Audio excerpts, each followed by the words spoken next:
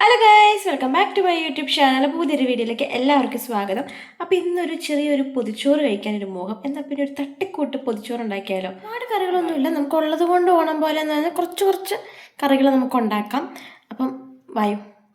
അപ്പോൾ ഫസ്റ്റ് തന്നെ നമുക്ക് മീനൊന്ന് മാരിനേറ്റ് ചെയ്ത് വെക്കാം. അതാണ് നമ്മൾ ബാക്കി പരിപാടികളൊക്കെ ചെയ്ത് വരുമ്പോഴത്തേന് മീനിൽ നല്ല മസാലയൊക്കെ പിടിച്ചോളൂണ്ടോ. നോർമൽ മസാല ആട്ടോ, നമ്മൾ ഉപ്പും മഞ്ഞപ്പൊടിയും മുളക് പൊടി ഇത്ര ഇട്ടിട്ട് നമ്മൾ മീനിനെ അത് നന്നായിട്ട് പരട്ടി വെക്കാം. അതവിടെ നിന്ന് സെറ്റ് ആകുമ്പോഴത്തേനും നമുക്ക് വേറെ പരിപാടികളൊക്കെ. അടുത്ത ഞാൻ ചെയ്യാൻ പോകുന്നത് നമുക്കൊരു മെഴുക്കുവരട്ടി ഉണ്ടാക്കണമല്ലോ. അതിന് ഞാൻ കൂർക്കാട്ടോ, കൂർക്ക ഞാൻ ഓൾറെഡി അരിഞ്ഞ് പറക്കിയൊക്കെ വെച്ചേക്കുന്നതാണ്. വെള്ളത്തിലൊക്കെ ഇട്ട് വെച്ചിട്ട് നമുക്കൊന്ന് വേവിച്ചെടുക്കും. ഉപ്പും മഞ്ഞപ്പൊടിയൊക്കെ ഇട്ട് നന്നായിട്ടൊന്ന് വേവിച്ചെടുക്കാം. ഇപ്പം സവോള എരിഞ്ഞാലുള്ള അവസ്ഥ ഇതാണ്, പെട്ടെന്ന് കണ്ണിൽ നിന്ന് വെള്ളം വരും. എന്താണെന്ന് എനിക്ക് അറിഞ്ഞൂടാ ഗൈസ്. നിങ്ങൾക്ക് ആർക്കെങ്കിലും പ്രശ്നമുണ്ടോ? നേരത്തൊന്നും അങ്ങനെ സവോള എരിയുമ്പോൾ ഇത്രയും വലിയ സീനൊന്നും ഉണ്ടാകത്തില്ലായിരുന്നു. പക്ഷെ ഇപ്പോഴത്തെ സവോളയുടെ കുഴപ്പമാണെന്ന് എനിക്കറിയില്ല, നല്ലപോലെ എരിയുന്നു. എന്തായാലും സവോള എരിഞ്ഞ് വെച്ചിട്ടുണ്ട്. പിന്നെ നമ്മൾ ഒരു ഇച്ചിരി വെളുത്തുള്ളി, 2-3 വെളുത്തുള്ളി ഇങ്ങനെ ചതച്ച് വെച്ചിട്ടുണ്ട്. അങ്ങനെ ഒരു നീണ്ട കരച്ചലിന് ശേഷം ഞാൻ ഉള്ളിയൊക്കെ അരിഞ്ഞ് സെറ്റാക്കി വെച്ചിട്ടുണ്ട് കേട്ടോ. നമ്മുടെ കൂർക്കയും ഏകദേശം ഇവിടെ വെന്ത് സെറ്റായി വന്നിട്ടുണ്ട്. അതിനിടയ്ക്ക് ഞാൻ ഒരു വെള്ളം കുടിക്കാമെന്ന് വിചാരിച്ചു ടാങ്ക് കളിക്കുന്നുണ്ട്. അപ്പം നമുക്ക് പണി മാത്രം പോരല്ലോ, വിശ്രമം വേണ്ടേ? പോയില്ല, നമുക്കിത് ഇങ്ങനെ കുടിക്കാം ഇപ്പം തൽക്കാലം.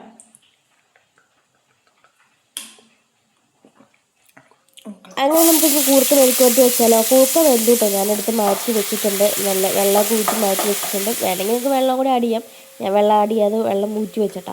അത് കഴിഞ്ഞ് നമ്മുടെ സവോളയും വെളുത്തുള്ളിയും കൂടി ഇട്ടില്ലേ, അത് നമ്മളിത് നന്നായിട്ടൊന്ന് മൂപ്പിച്ചെടുത്തിട്ട് അതിലേക്ക് കുറച്ച് മുളക് പൊടി, അതിനാവശ്യമുള്ള മുളക് പൊടി എടുക്കാം. അതിനിടയ്ക്കാണ് കഴിച്ച് ഞാൻ കടുക്ക് പൊട്ടിക്കാൻ മറന്നുപോയി. എന്തുകൊണ്ടാണെന്ന് എനിക്കറിയില്ല.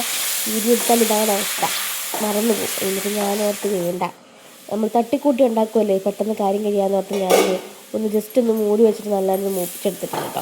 അങ്ങനെ നമ്മുടെ കൂർക്ക മെഴുക്കുവരട്ടി ഇവിടെ റെഡി ആയിട്ടുണ്ട്. ഇനി നമ്മൾ മസാലയൊക്കെ പിടിച്ച മീനുണ്ടല്ലോ, അത് നമുക്കിതൊന്ന് ഫ്രൈ ചെയ്യാൻ വെക്കാം. അതിൻ്റെ സമയം കൊണ്ട് നമുക്ക്, അത് വേവുന്ന സമയം കൊണ്ട് നമുക്ക് അടുത്ത പരിപാടിയിലോട്ട് പോകാം. അല്ലെങ്കിൽ ഈ പരിപാടികളൊന്നും ഇന്ന് തീരത്തില്ല.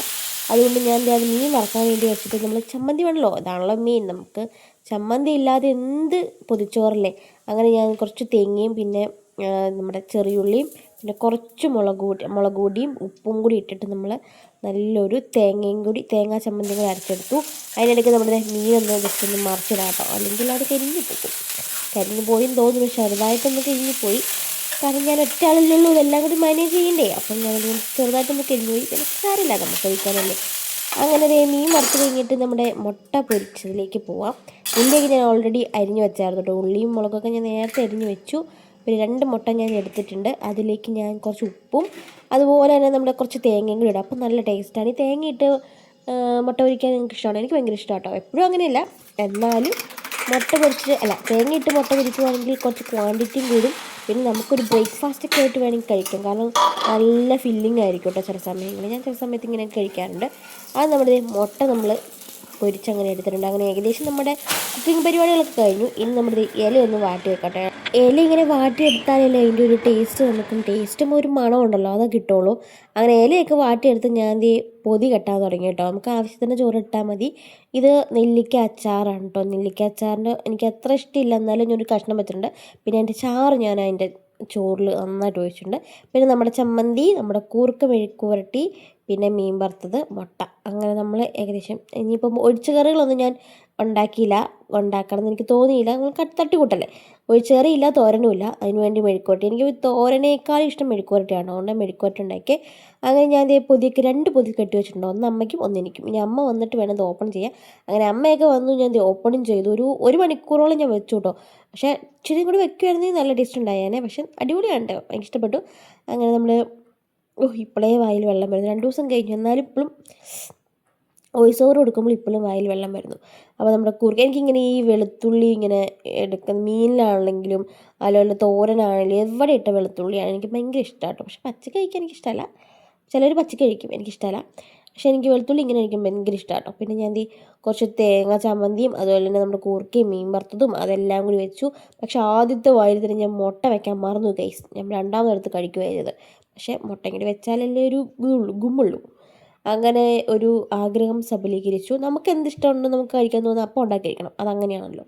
അങ്ങനെ ഫസ്റ്റ് കഴിച്ചപ്പം സ്വർഗം. എനിക്കിപ്പോഴും വായിൽ വരുന്നുണ്ടെന്ന് പറഞ്ഞില്ലേ. ഇനിയും ഇടയ്ക്കിടയ്ക്ക് ഉണ്ടാക്കണം എന്ന് ആഗ്രഹമുണ്ട്, ഉണ്ടാക്കി നോക്കാം.